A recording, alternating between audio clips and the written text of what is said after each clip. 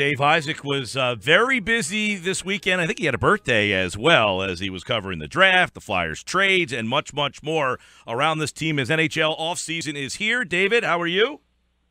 Doing well, guys. How are you? All right, bud. And obviously, Flyers lucked into the number 2 overall pick in the draft, so they didn't really have a choice in a 2-player draft. It was who fell to them. Nolan Patrick, a guy who has missed time each of the last 4 years, a lot of injury issues here. But that's the guy. Do you like the fact, if you had a choice between the two, would you have gone with Patrick as the guy if you had the number 1 pick?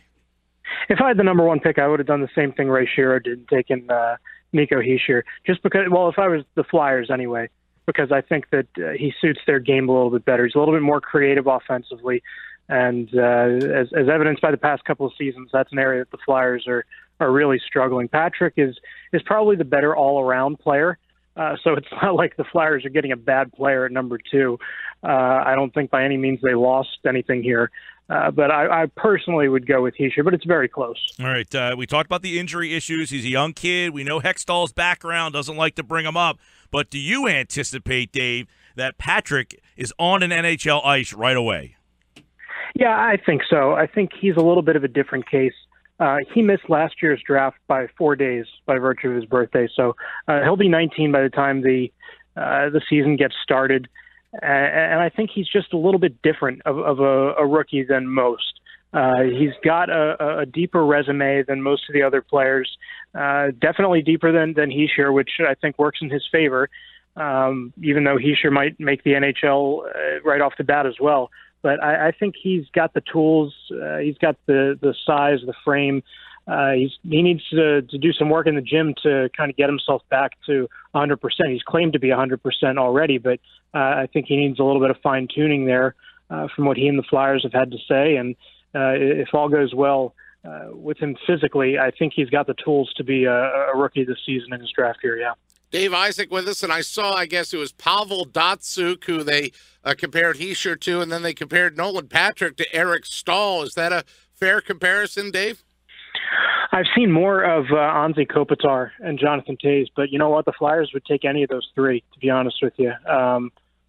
Toews, you hear his name more because of the Stanley Cups that he's won, and certainly the Flyers have been waiting on that for quite some time. So any of those comparisons would work if Ron Hextall was, looking for somebody to compare him to and seeing that as the end result. That's definitely a big plus for the Flyers, and one of the reasons why they got so lucky. I mean, this is a kid that was ranked number 1, the presumed number 1 pick for more than a year. Hischier has a terrific second half of the year, blows up at World Juniors for his home country, Switzerland, and Nolan Patrick ends up getting pushed out. I think if he had a full season and was able to put up numbers similar to what Hischier did, Patrick might have gone number 1. And I saw that Hextall addressed it, but the injury history of Patrick, and I mean, of course, in hockey it's upper body, lower body. But what are we talking about? Like a groin, or what was the problem? He had with 2 separate sports hernias, right? Well, that was the case, but at the time they misdiagnosed one of them and just let the one go and only repaired the first one. So if that was diagnosed correctly, he probably also wouldn't have missed so much time last season. But yeah, it was a sports hernia. They fixed one surgically, and the second one they didn't know until much later that he even had a second one. So at that point, it was repaired enough that it didn't need surgery. And the Flyers, yes, are hoping that he will be 100%, like he says he is already, but certainly ready to go by training camp at what he has always known as 100%. But before the draft, the Flyers flew him in and had him see their team doctors and everything past the smell test there. So the Flyers, obviously, by taking him, aren't too concerned about that. Isn't it what they said about it? Beats foot. They just did the surgery the wrong way. It was misdiagnosed. We'll fix it. But his foot didn't bother him. Those are the Sixers doctors, right? I mean, this wasn't the Flyers. Dr. Nick Rivera, right? Dr. Nick Rivera. Hi, Nick. Dave Isaac's with us. So, Dave, the big surprise, I guess, on night one, we didn't know who they were going to go with, but then the name Brayden Schenn gets traded, right? I mean, I told Mike Gill earlier before we had you on, they announced that trade, and I went, yes! And my girlfriend's son went, no! Can you explain the background between that, how that trade came to be, and if that's a win or a loss for the Flyers in your mind? Well, it sounds like the Blues were interested in Schenn for quite some time, and the Flyers weren't really interested in moving him. And then when it kind of became on Ron Hextall's radar, he gave St. Louis a shout and said, if you're still interested, this is what I want to do. And a lot of people are kind of polarized on the trade, like you just said there, Pete, but 25 goals last season, 17 of them on the power play. The 17 led the league. At 5-on-5, he needed to be better. He's also, on the other hand, got jerked around by this team, I think, a little bit in terms of what position he was playing. He's a natural centerman. There's reports that he might be the number one center for the Blues as they pencil their roster together right now. But he's a guy that was playing a lot of wing. Certainly last year, I think you can count on one hand the amount of games that he played as center. So, on one hand, he was a big scorer for the Flyers. On the other hand, he needed to be much better at even strength. Now, when you look at what they got in the trade, I think people look at Jori Lehtera, who's a guy that's got a similar cap hit to Schenn's and only had 22 points, goals and assists last season, and say, how is that worth it? But I think even if you take the player out of the trade, it almost looks better. You see that Brayden Schenn netted your team 2 first-round picks. That's something that was unexpected. I mean, Travis Hamonic from the New York Islanders, they were looking for 2 first-round picks, and defensemen are more coveted than forwards usually. So the fact that the Flyers got that and the Islanders didn't get 2 first-round picks for Hamonic, I think it's a pretty decent haul.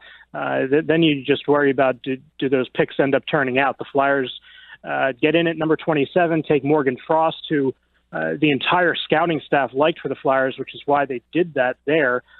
He might have been available in the second round, but it's tough to tell. But a guy who, might have that high ceiling, but a lot of people are scratching their heads going, really, at 27?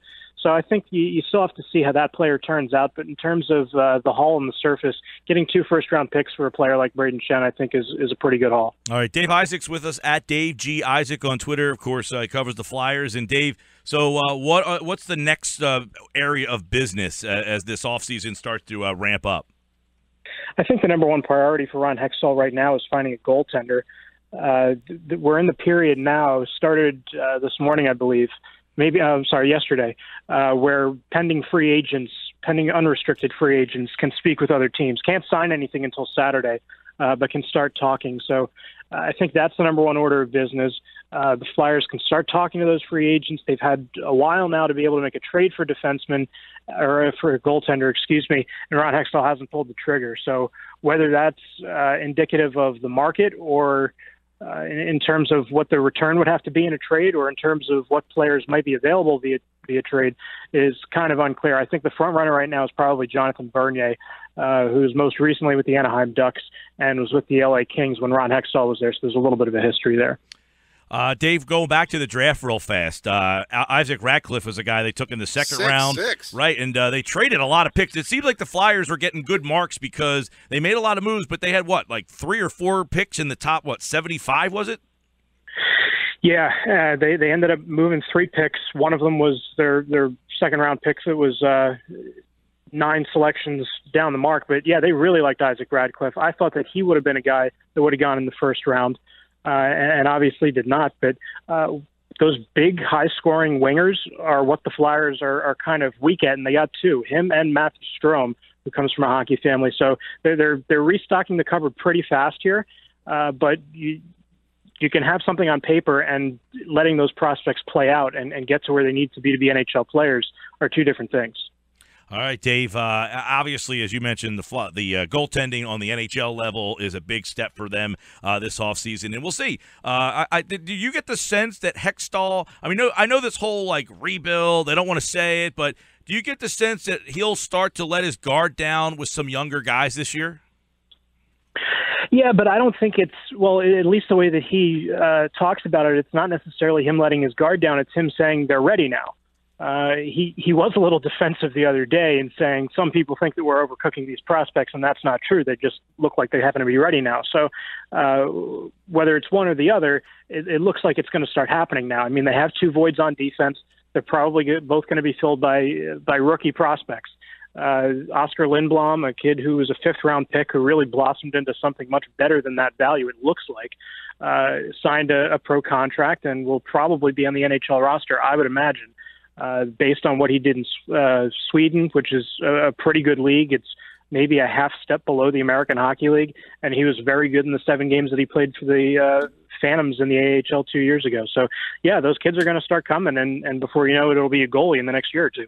Konechny, Lindblom, Patrick, maybe a lot of youth movement being served. But let me ask you about a guy that's a veteran and still, I don't think it's resolved yet, Jordan Weal. Before we let you go, Dave Isaac, what's the latest on Jordan Weal, or is there any news?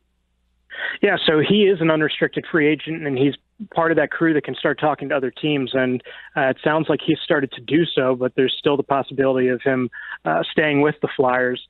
Last I heard was yesterday, and they were still negotiating. So it sounds like the Flyers are still on the radar, but potentially somebody they end up losing. That's free agency. I mean, he's in an interesting spot because of the amount of games played. He got to free agency early, 25 years old instead of 27, but he's still a guy that's played only 37 NHL games. So if you're looking at his last 20 games and looking at the production there from last season, which you could make the argument was garbage time when the Flyers kind of knew that they weren't really in playoff contention. I don't know that it would be a huge loss if they end up seeing Jordan Weal go someplace else, but certainly a player that it sounds like the coach and general manager both have plans for in the fall. All right, Dave Isaac covers the Flyers, and follow him on Twitter at Dave G. Isaac. Check out his stuff in the Courier Post here on the Sports Bash 97.3 ESPN. Thank you, Dave. Thanks, guys.